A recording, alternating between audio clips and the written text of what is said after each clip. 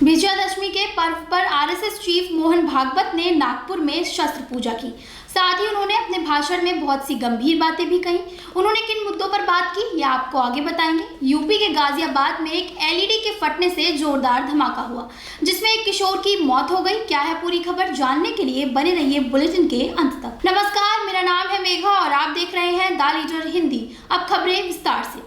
RSS प्रमुख मोहन भागवत ने विजयादशमी के मौके पर नागपुर के रेशमी बाग में आज संघ कार्यकर्ताओं को संबोधित किया। मोहन भागवत ने इस दौरान कई मुद्दों पर अपनी बात रखी। उन्होंने कहा, शक्ति हर बात का आधार है, शक्ति शांति और शुभ का भी आधार है। उन्होंने कहा कि हेडगेवार के समय से अनेक महिलाएं संघ के कई कार्यक्रमों में आती रही हैं। समाज को संगठित करना है तो समाज तो दोनों से बनता है, इसलिए महिला पुरुष में श्रेष्ठ कौन, इसका विचार हम नहीं कर सकते। मोहन भागवत ने कहा कि मातृशक्ति को बराबर का अधिकार देना और परिवार में निर्णय स्वतंत्रता देना जरूरी है।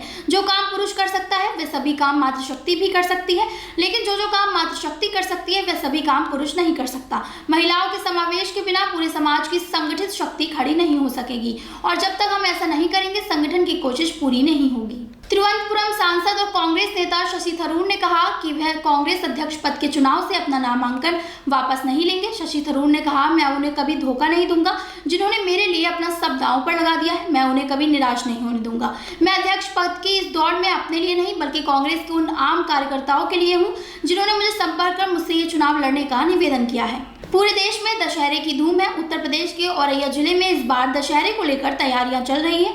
रामलीला ग्राउंड में रावण के पुतले को तैयार किया जा रहा है। यहाँ पर भी एक परिवार अपने पूर्वजों के जमाने से ही रावण के पुतले को बना रहा है। कोरोना काल की वजह से पिछले 3 सालों से त्योहार नहीं मनाए जा रहे थे, लेकिन इस बार दशहरे को धूमधाम से मनाने की तैयारी की जा रही है। जिले के रामलीला मैदान में मुस्लिम समाज के लोग ही सालों से रावण के पुतले को बनाते हैं। इसके साथ ही हिंदू मुस्लिम एकता का प्रतीक होने की मिसाल देते हैं। 45 फुट के रावण के इस पुतले को तैयार करने का काम कारीगरों ने पूरा कर लिया है। कारीगर फिरोज ने बताया कि मंदिरों को सजाना, मूर्तियों को सजाना, झांकियों को सजाना, इन सभी कामों को करके अपना और अपने परिवार का पेट पालते हैं, क्योंकि हम कारीगर हैं और हम किसी से भेदभाव नहीं रखते हैं। ये काम हमारे पूर्वजों ने हमें सिखाया है और अब हम उसे बखूबी करते हैं। ये त्योहार हिंदू मुस्लिम दोनों एक साथ धूमधाम से मनाते हैं। पंजाब और हरियाणा हाईकोर्ट ने अपने एक फैसले में कहा कि यदि पत्नी बार बार पराये मर्द के साथ संबंध बनाए तो उसे व्यभिचार मानते हुए भरण पोषण देने से इनकार किया जा सकता है। कोर्ट ने आगे कहा कि एक बार पराये मर्द से संबंध बनाए जाने पर पति पत्नी को भरण पोषण देने से इनकार नहीं किया जा सकता।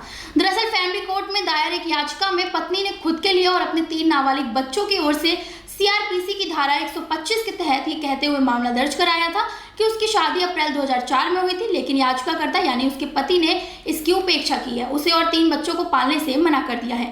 याचिकाकर्ता ने अपनी पत्नी के आरोपों का इस आधार पर विरोध किया कि उसके विवाह के बाद भी अन्य पुरुष से संबंध थे और उसने मई 2005 में लिखित रूप से इसे स्वीकार भी किया था। याचिकाकर्ता ने बच्चों का बायोलॉजिकल पिता होने पर भी संशय जताया। वहीं हाईकोर्ट ने पति की याचिका को खारिज करते हुए कहा कि पति ने पत्नी को 3 बच्चों के साथ छोड़ दिया, ऐसे में वो अपने बच्चों की परवरिश और देखरेख की जिम्मेदारी से पीछे नहीं हट सकता। उत्तर प्रदेश के गाजियाबाद एलईडी टीवी CSX में हुए विस्फोट में घायल होने से एक युवक की मौत हो गई और उसकी मां और उसका दोस्त गंभीर रूप से घायल हो गए। उन्हें शहर के एक अस्पताल में दाखिल कराया गया। ये घटना मंगलवार को गाजियाबाद के टीला मोड़ थाना क्षेत्र में हुई। पुलिस के वरिष्ठ अधिकारियों ने घटनास्थल का जायजा लिया। पुलिस मामले की जांच कर रही है। मिली जानकारी के मुताबिक एलईडी टीवी में ब्लास्ट की घटना गाजियाबाद के टीला मोड़ थाना क्षेत्र के हर्ष विहार सेकंड में हुई। सूत्रों के मुताबिक धमाका इतना जबरदस्त था कि घर की दीवारें भी बुरी तरह क्षतिग्रस्त हो गई।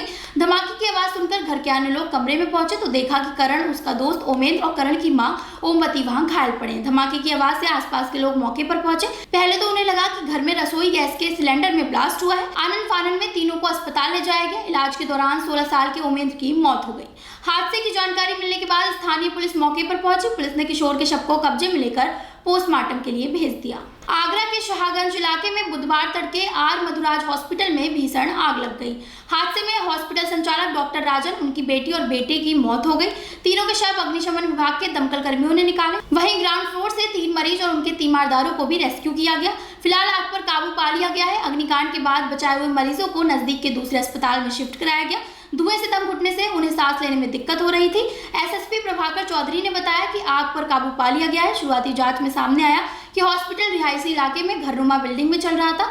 संचालक के पास सीएमओ ऑफिस का registration, fire NOC, fire fighting system था या नहीं, ये पता किया जा रहा है। फिलहाल 3 लोगों के मरने की पुष्टि हुई है। उत्तराखंड के पौड़ी गढ़वाल जिले में बारातियों से भरी बस मंगलवार को देर शाम 500 मीटर गहरी खाई में गिर गई। इस बस में करीब 45 से 50 लोगों के सवार होने की जानकारी मिली है। वहीं घटना की सूचना मिलते ही रेस्क्यू अभियान शुरू कर दिया गया है। यहाँ रेस्क्यू में एसडीआरएफ की 4 टीमें लगी हुई हैं। इस हादसे में अब तक 25 लोगों की मौत हो चुकी है, जबकि अभी तक 21 लोगों का रेस्क्यू किया जा चुका है। उत्तराखंड के डीजीपी अशोक कुमार ने इस घटना के संबंध में जानकारी दी। आप में से ज्यादातर लोग कुल्फी खाने के बेहद शौकीन होंगे और आए दिन कुल्फी खाते भी होंगे। कुल्फी की बात करें तो कुल्फी में बहुत सी वैरायटी आती है, लेकिन क्या आपने कभी किसी ऐसे कुल्फी बेचने वाले को देखा है जो सोने के गहने पहनकर कुल्फी बेचता हो? आप सोच रहे होंगे भला ये क्या बात है।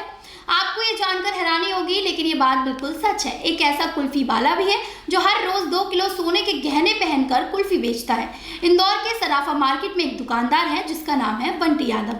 ये रोज 2 किलो सोने के गहने पहन। वीडियो में आप देख सकते हैं कि बंटी यादव नाम के इस दुकानदार ने कितने गहने पहन रखे हैं। इनका कहना है कि लोग इनकी दुकान में कुल्फी खाते हैं और साथ में तस्वीरें भी लेते हैं।